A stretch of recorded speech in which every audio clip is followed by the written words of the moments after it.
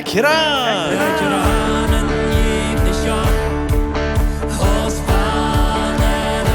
Laat ons topranen en God kennenleren.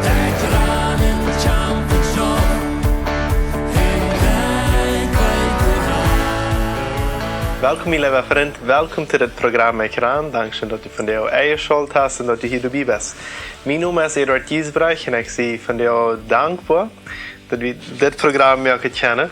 En ook dankbaar dat Hulda hier is. Welkom voor dit programma. Dankzij Eduard. So, Hulda is mijn schwiegermama, voor die wat dat niet weten.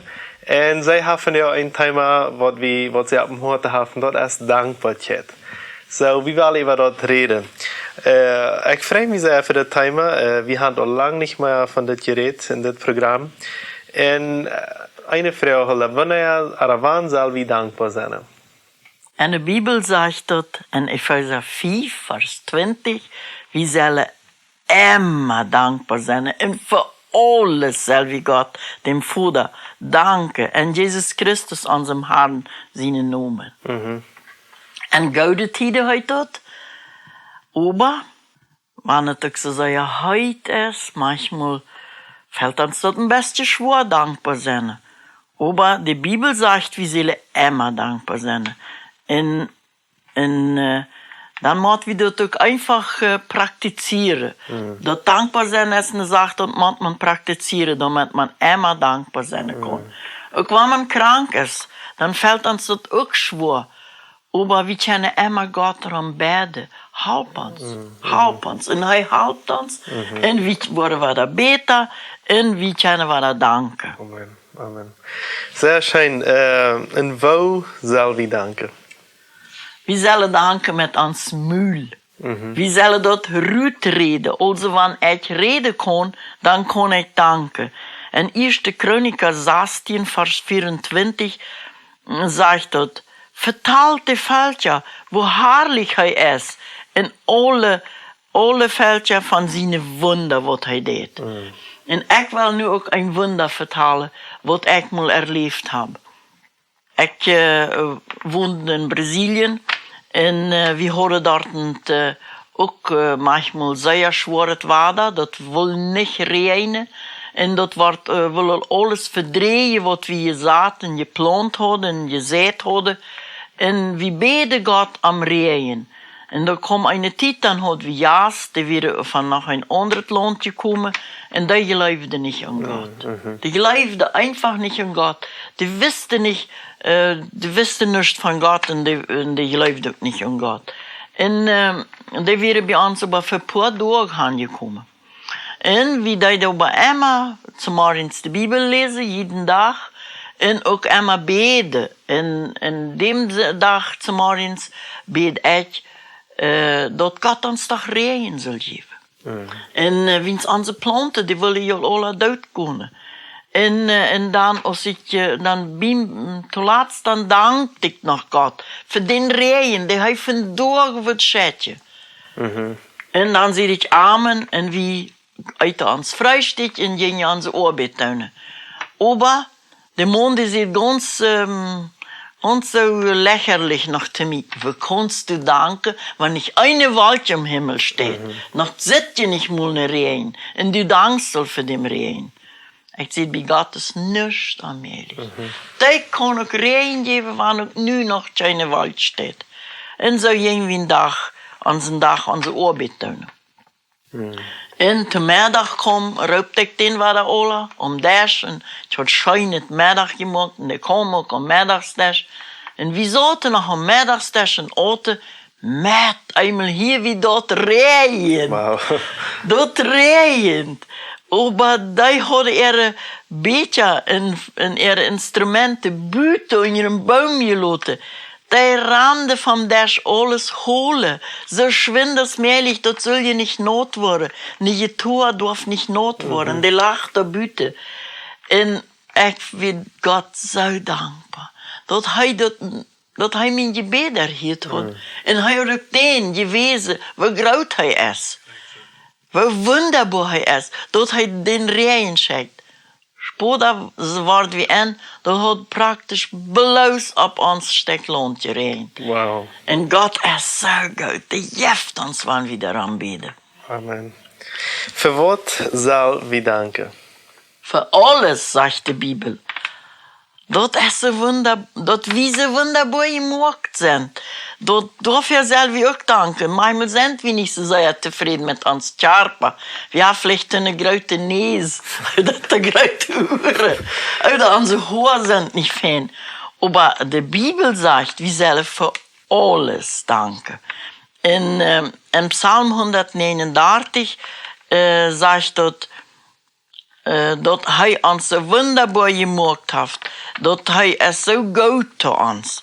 Im Psalm 107, Vers 1 sagt es auch, dank dem Herrn, weil hij es freundlich, en seine Treuheit gelebt, wird ewig bleiben. Also hij läuft uns so aus wie sind. Und für das sollen wir danken. Amen, Amen. Wann sind wir nicht dankbar? Wir sind nicht dankbar, wenn wir stolz sind. Wenn wir stolz sind, sind wir nicht dankbar, dann fangen wir an, uns mit anderen Menschen zu vergleichen. Der andere, der hat ein feines Haus, ein Gerät, der hat mehr Geld als ich, der hat mehr Gaben als ich. En Lukas hebben ze in Lukas 18 hebben ze een zeer schmakke, klare Geschichte. En die wil ik willen lezen. Okay. Wat ons ganz klar wijst, dat we manchmal ondankbaar zijn. Lukas 18 van vers 10 bis vers 14. Twee mensen, een Pharisäer en een taxcollector, gingen im Tempel neer zum beten. Der Pharisäer stond op en beet für sich selbst so. Gott, ich dank dir, dat ich nicht so sie als andere Menschen, Räber, Eingereichte, Ehebrecher, oder so als das Taxcollector. Ich fast zweimal de Weg und gebe von all mein Einnahmen den Tienden auf. Aber der Taxcollector stund wieder auf und will nicht einmal vom Himmel, zum Himmel tschitschen, aber schlug sich ab die Brust und sagt, Gott, hab Mitleid mit mir, Sünder. Und ich sage ihnen, dass dies Mann und nicht Jana für Gott gerecht vor dich ne Hüschen, weil's wer sich selbst erhebt, wird raufgesagt worden, aber wer uit sich selbst rauf sticht, wird erhoben worden. Amen, Amen. Sehr schön, so Wort, liebe über sie Geschichte. Dort wir sollen uns nicht mit dem Nächsten vergleichen. Wir sollen trotzdem dankbar sein. So ist das es.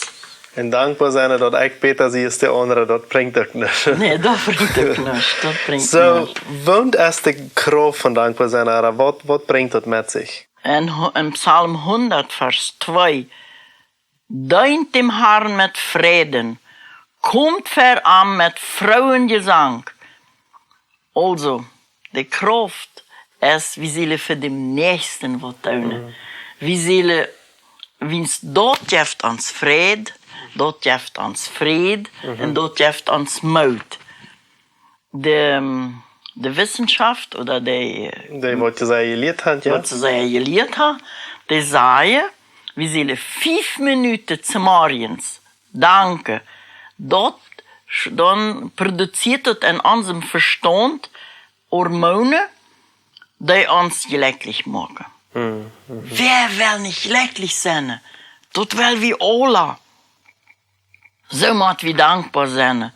Wir scheinen mit Menschen zu sein, die dankbar sind oder zufrieden sind. Meine Mutter war immer dankbar und zufrieden. Dort habe ich von der gelehrt. Wow. Und zuletzt, warum soll wir danken? Weil Gott dort in Christus Jesus von uns verlangt. In 1. Thessalonicher 5, Vers 18 steht dort, seid in alle Lagen dankbar, weil Gott dort in Christus Jesus von Jund verlangt. Also, dort ist, Wo ist die Bibel stehen? der ist 1. Thessalonicher 5, Vers 18. Okay. Wow. Dort ist ein Gehorsam. Wir sollen im Gehorsam leben. Wer dankbar ist, der ist glücklich. Und mag auch der Raum sich alle glücklich. Amen. Amen. Sehr schön. Dankbar sein ist ein Schlüssel, was Gott uns in den Händen gibt. Wir können dankbar sein und er hofft uns dankbar zu sein. Ich möchte dir auch merken, wo immer du bist, fang an Gott zu danken und er wird dir aufmerken in Sachen, die passieren. Dankbarkeit ist eine große Bereitschaft, die Gott uns gegeben hat und es ist Port von uns Leben. So, ich möchte die Gott sehen, Menschen, und teile diesen Video mit Freunden, mit anderen Menschen, dass viele Menschen auch können dankbar werden und dass sie können dadurch ein besseres Leben kriegen. Möchte Gott die segnen und haben einen schönen Tag. Ciao, ciao. Ekran wird in Bolivien produziert. Wenn du mit uns reden willst, schreib uns im WhatsApp Nummer 591 77 88 4479 oder schreib uns im Facebook oder ein E-Mail nur ekran@gmail.com.